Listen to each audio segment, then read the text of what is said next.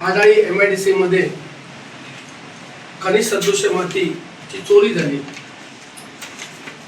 आणि जर आमचे काल शिंदेसेनेचे तालुका प्रमुख त्या ठिकाणी पोहोचले आणि मी त्यांच्याकडे माहिती घेतली, ते 7 ते 8 एकर मध्ये हे उत्खनन झालेलं आहे आणि हे काही एका दिवसाचं उत्खनन नाही.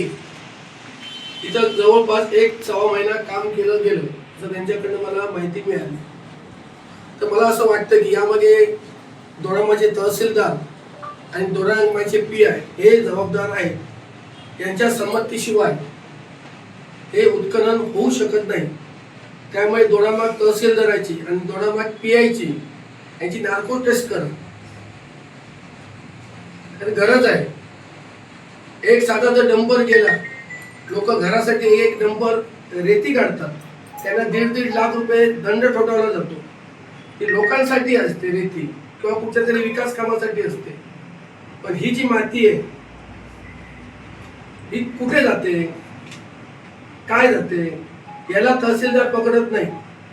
फ्लॅट मध्ये चोऱ्या होत्या, आम्ही समजू शकतो कोणतरी चोर आला चंदगडवरून आणि काहीतरी एक फ्लॅट फोडला आणि काहीतरी घेऊन गेला.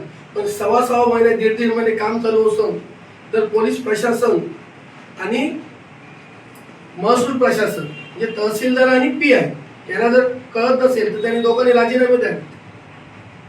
म्हणून माझी विनंती आहे प्रशासनाला की या दोघांची नार्को टेस्ट करा. हे चोरी होण्यास हेच कारणीभूत आहेत आणि ह्यांच्या सहमतीशिवाय ही चोरी झालेली नाही.